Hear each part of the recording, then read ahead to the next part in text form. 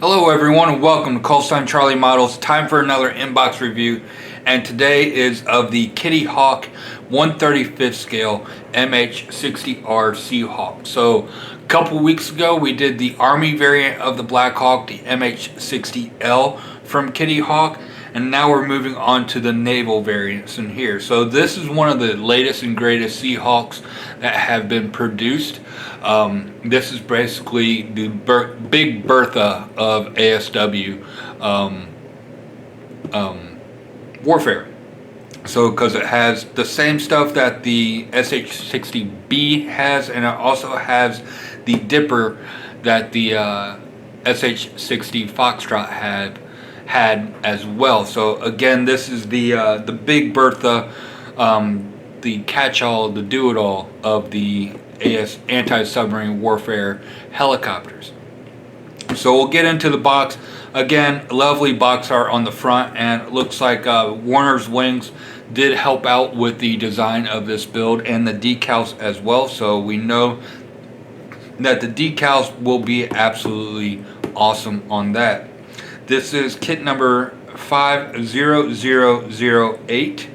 And then moving right along, we got a repeat of the front box art on the one side, and then we flip over to the other side, and then we have 6 different color schemes to go with the retro scheme, the throwback scheme right here, and then a couple other squadrons going along here. I really do like the throwback, or the Scorpions, or the flag one as well, and also this one. So I'm not a huge fan of tiger meat aircraft. They just don't appeal to me personally, but I do like these 4 right in here, and I believe at least 3 of these were done by the Fly Painter girl, which she does amazing artwork on the actual aircraft. So if you can go over to her Facebook page, you can see some of the amazing artwork she does for naval aircraft.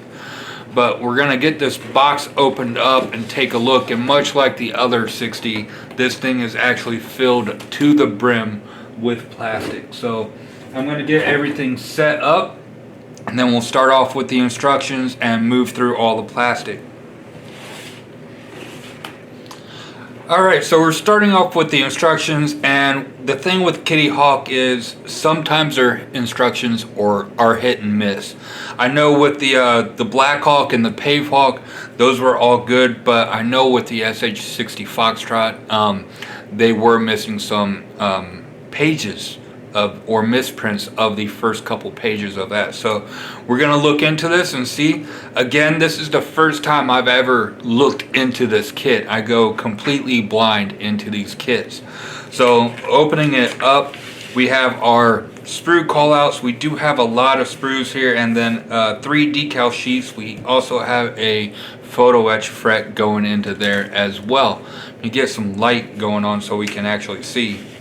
We also have, as usual, the legend of all the symbols that we are going to be seeing throughout the instruction booklet.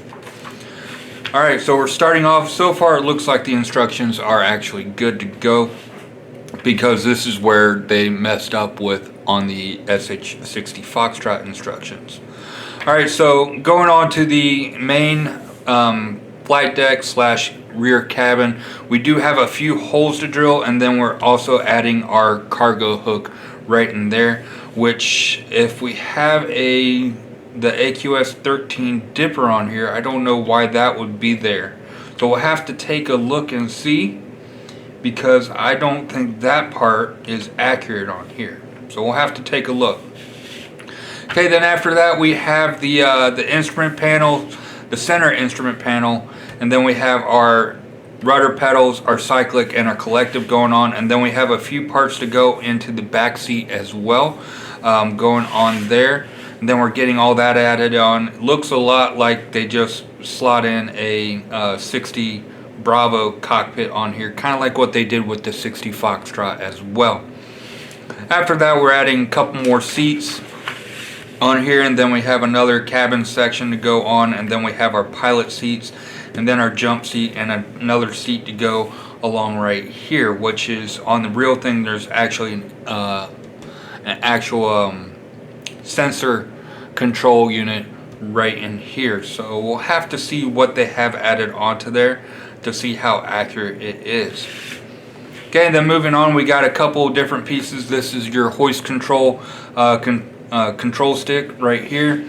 And then we have our overhead instrument panel or control panel on the aft flight deck wall.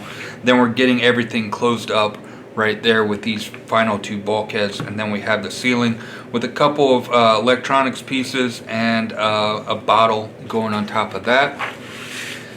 Then we're starting off with our nose section and then our instrument panel right there, and then we're getting the ceiling and all of that closed up, and then we're starting with our tail wheel, getting our tail wheel on, and then we're taking our fuselage halves and the interior side, and we're getting all of that closed up along with the tail piece right in there. Then after that, we're going off with our engines. Engines do build up to be very nice and detailed when they are all done.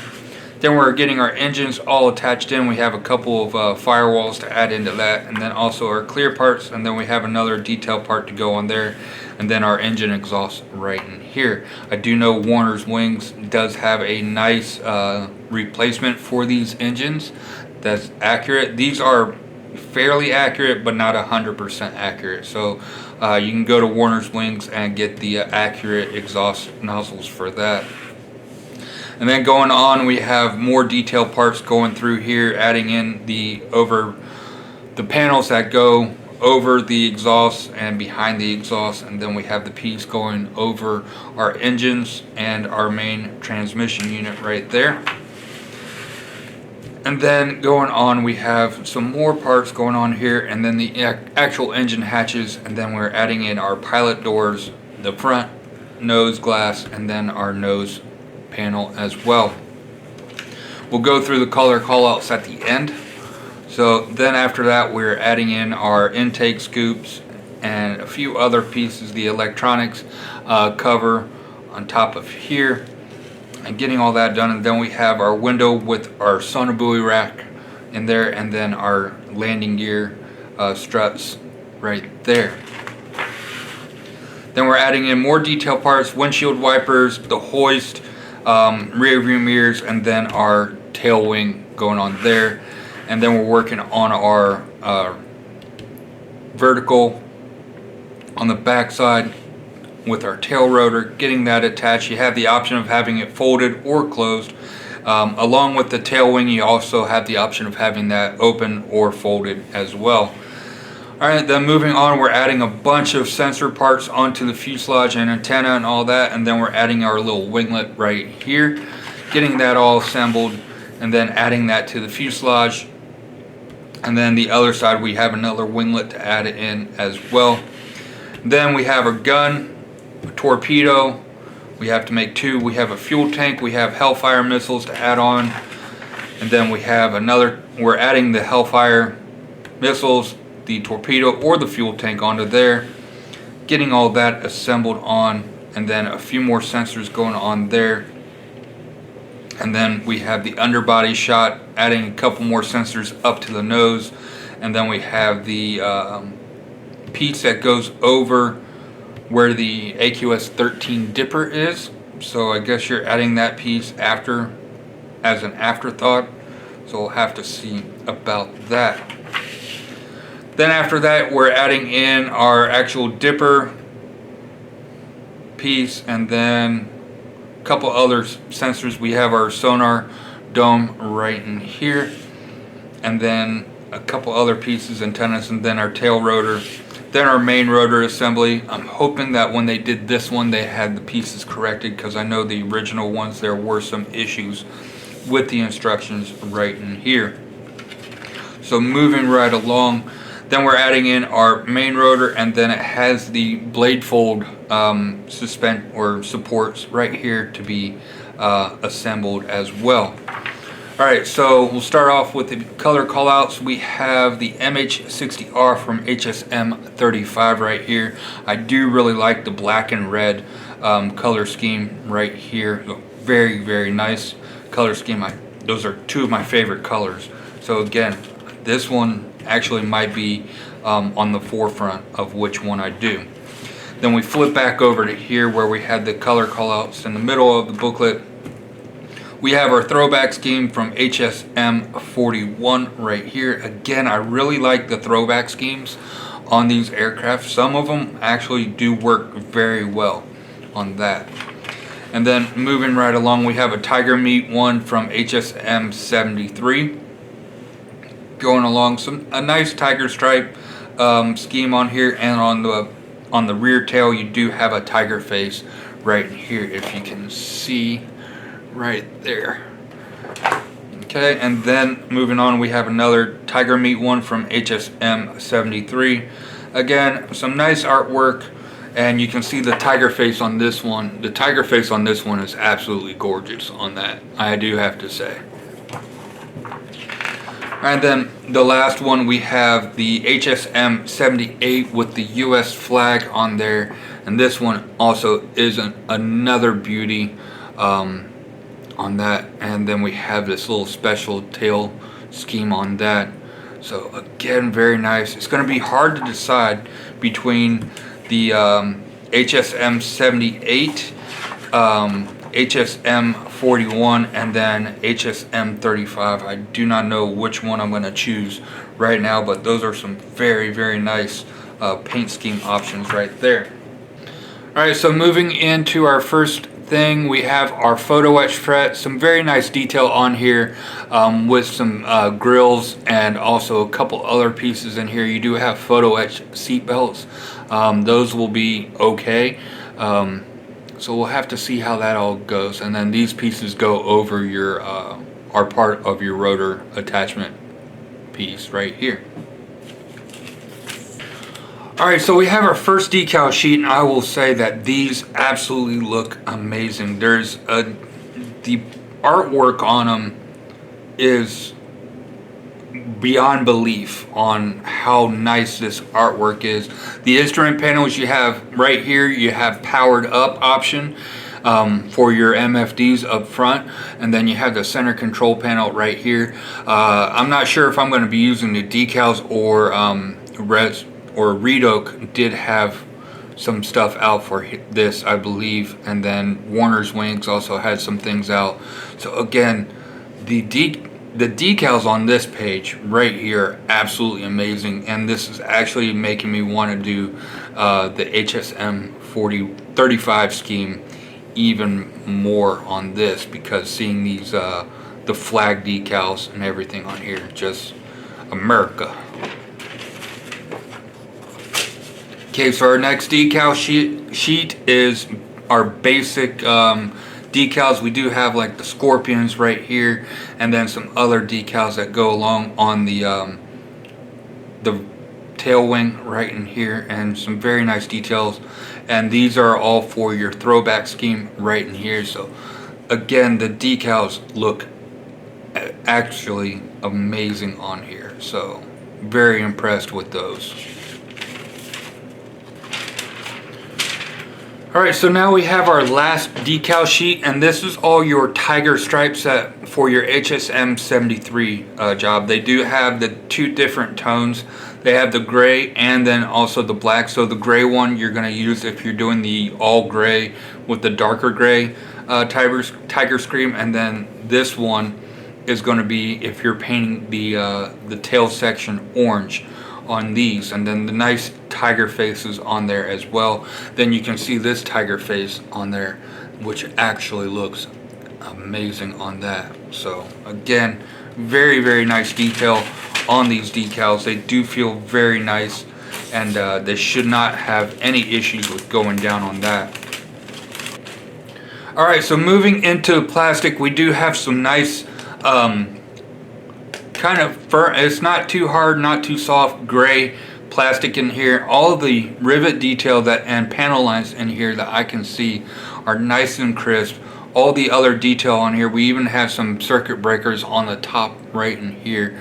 So some very nice detail, especially when you get this all weathered up and add your anti-slip to these panels right here. It's really going to look nice when it's all done, including these winglets, which do have raised rivets, which is correct for this aircraft, and the rest of the aircraft actually does have raised rivets as well in real life. Now on the model, they used recessed rivets, which is okay, but for some, like for me, I'm going to go in and I'm going to redo all the rivets on this aircraft.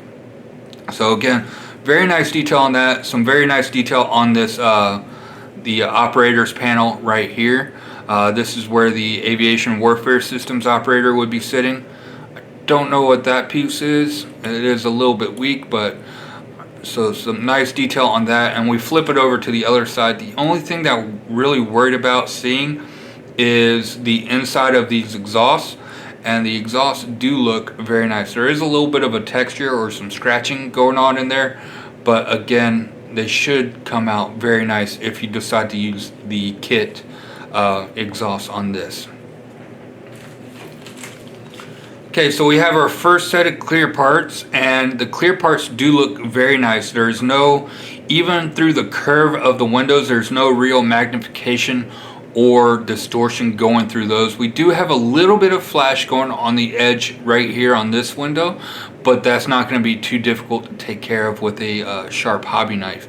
But the rest of the parts do look crystal clear and no issues with any of those.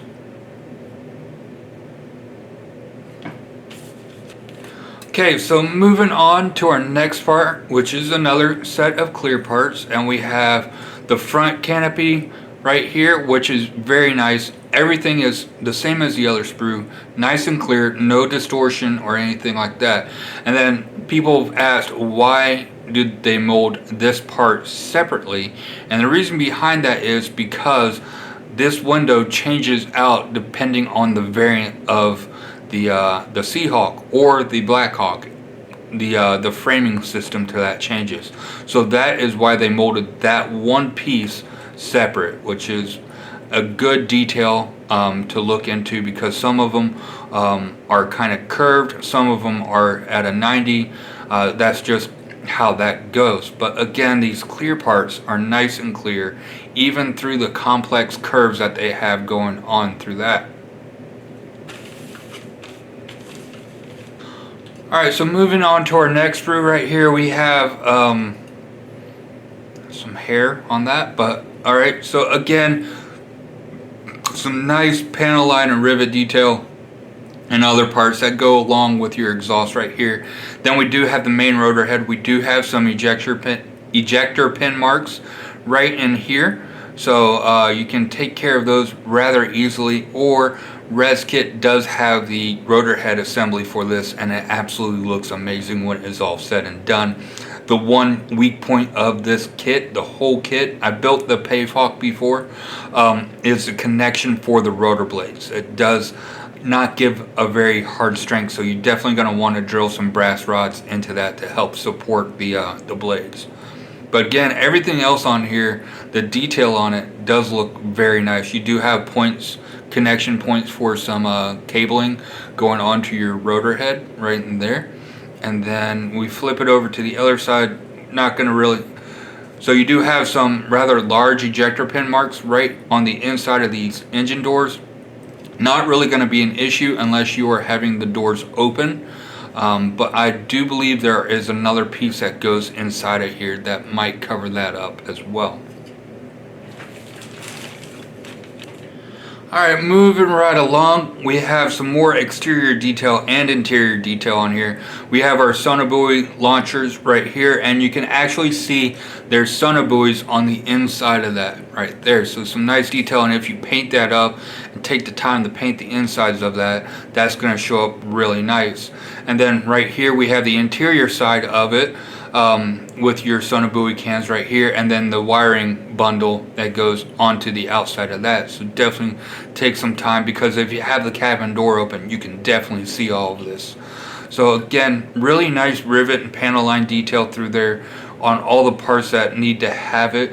We do have this bulkhead right here. You're going to have your hoist control stick right in here. That's going to go there. And then moving all along, you have the rest of your sensors that go onto the belly and your door. Again, very nice handle detail, and you even have the curve for where you're going to put the open and close decal on there as well. The instrument panel does look very nice, some nice switch detail on there. I do know that Helix or ResKit does have some 3D printed decals for that actually make it look 100% amazing. We flip it over to the other side. Not much issues with anything that you're going to be able to see for the most part. On the inside of the door, again, we do have an ejector pin mark right here, but you're only going to see that from the other side of the window, possibly. It will be very difficult to see that ejector pin mark if the door is closed. If the door is open, you're not going to be able to see it at all because it's going to be on the back side of the or up against the fuselage. So again, very nice work, some nice rivet detail going along here. Again, raised rivets on there, and then the rest of the fuselage is going to have the recessed rivets that you're going to have to correct for. So alright, so the next sprue, we have more parts, some of which we are not going to be using on this this build. Like, these are your coolers for your exhaust right here, and then also for your I think they're called Heifers exhaust right in here that you're not going to be using in this kit. And then your rotor head, we have another option for the rotor head. I believe this is the Air Force and Army rotor head on that. But again, and then we have another set of engine doors right here. We do have a lot of flash on these doors right here that's going to need to be taken care of. But moving right along, there's not a lot of pieces on this sprue that you are going to be using, because we have like the refueling probe and these backseat, the extra fuel cans on the back here. So I'm not 100% sure on how much of this sprue, if we're going to be using this sprue at all for this. Alright, so moving on to our fuselage halves, and the rivet detail on here is absolutely superb on that. So we have all the nice rivet lines, and they are nice and deep on the rivet lines. You do see some shrink marks along here from, those are going to be drill points that we have to take care of, and a little ejector pin nub right in here that's going to be fairly easy to take care of and sand down. My one gripe about this is that we do have the recessed rivets. Now on the actual aircraft, they are positive rivets. So what I will be doing is I'll be going through again with these solder balls in 0.3 millimeters and attaching them and filling them into all the rivets. It's a little bit of overkill, but it absolutely looks amazing when it's all done, as I did in my Pavehawk build of this aircraft. It made a huge difference on the aesthetics of this helicopter. And we flip it over to the underside, and we do have a lot of nice detail in here, but the problem is we're going to have this seam line to deal with, and we're going to have to worry about losing a lot of this detail that's right along the center line. So that is a little bit of a nightmare to take care of when you're building this aircraft.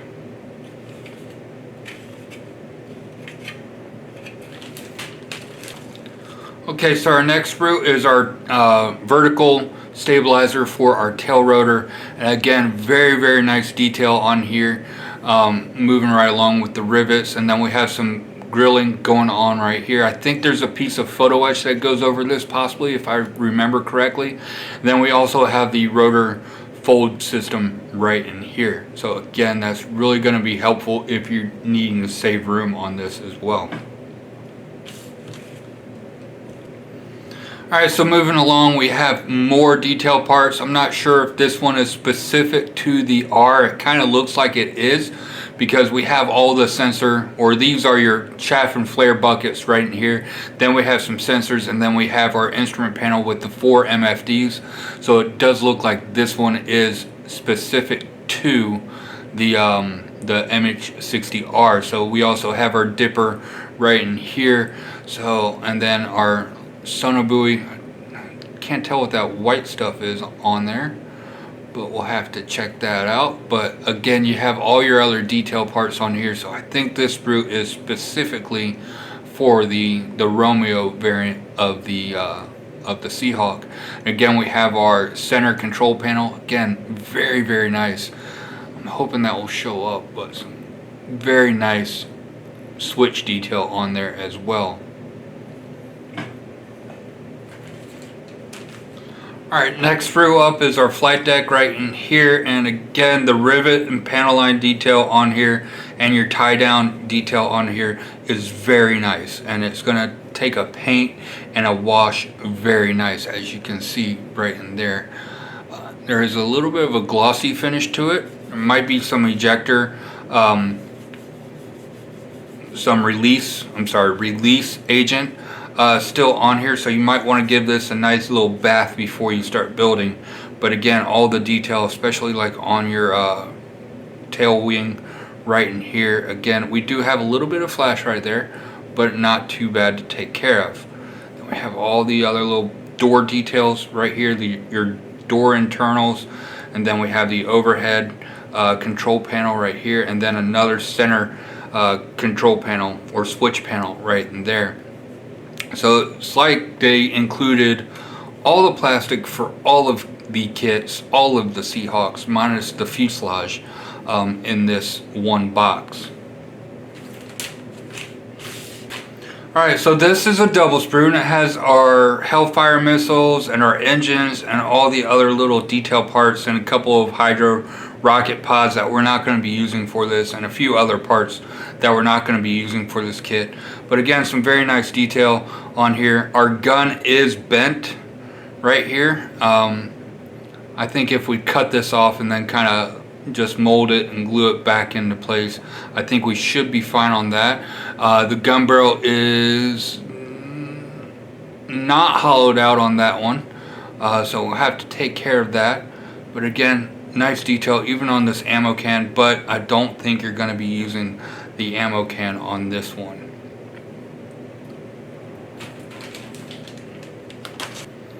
So we have another double sprue right in here. This is all your jump seats that I think you're only going to be using one of these on this build, and then your landing gear. Have to check and see there's a difference. Okay, so it does say right up here that this sprue is for the MH-60L. So we're really not going to be using any of these sprues right here. We do have two other sprues of rotor blades coming up.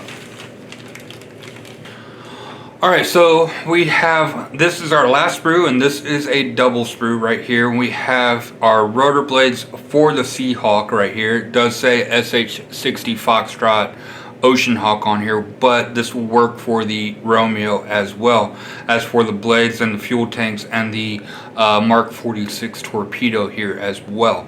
So just a lot of nice work. We have our Mad Boom, our magnetic anomaly detector right here. That's the tail end, and then the front end is right here, and some nice wheel detail right in there as well, and a bunch of other little parts that are going to be getting added onto this kit. The fuel tanks do have some nice detail on them with your gas caps and all that, so those will look very nice when those are all done as well. But and then your windshield wipers and a bunch of other, the seat detail on here. Seats do look very nice too. If you want to go add some sheepskin cushion on that, you can do that with your Mr. Surf 500, and that will paint up real nice on that as well. We flip it over to the other side. These blades do have some droop to them, so they work if you're doing it in or on the ground, but if you're doing it in flight, you're gonna have to figure out a way to get those to be straight and no droop. Then your gun barrel right here, not hollowed out again, but it is a very small gun barrel for that. Alright, so that does it for the Kitty Hawk 1/35 scale MH-60R Seahawk, and I can say that this kit looks amazing. I know Snowbirds has re-released these kits out. I'm not sure if they are still available or if you can find them, but if you can find it and you're looking for a Seahawk variant, especially one that kind of does everything in the anti-submarine warfare side of the world, definitely this is the kit to get. With all the detail that's going on, I'll have to check and see on how accurate the interior is, because I know they absolutely botched the accuracy of the interior of the 60 Foxtrot.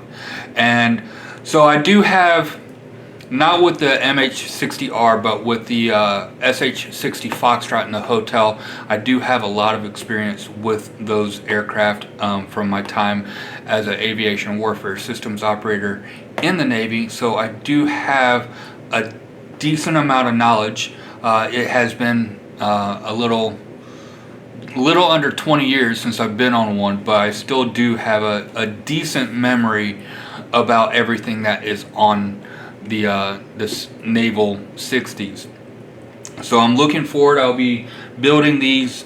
I have the whole set in the near future, and these are really nice kits. They build up very nice. There's only a few little fit issues to deal with, but they are at the end of everything. Even if you don't go through and re-rivet everything like I do, they still do look absolutely amazing when they are all done. So I hope you enjoyed this. If you can get your hands on one of the Kitty Hawk Seahawks, definitely get your hands on one, because they are definitely worth the money, and they are a fun build, and they look amazing when they are all done. But I hope you enjoyed this.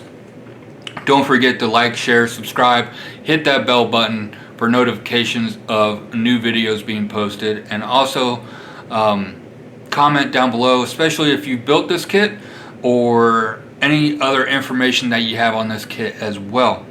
So hope you enjoyed. Until next time, have a great day, stay frosty, and happy modeling.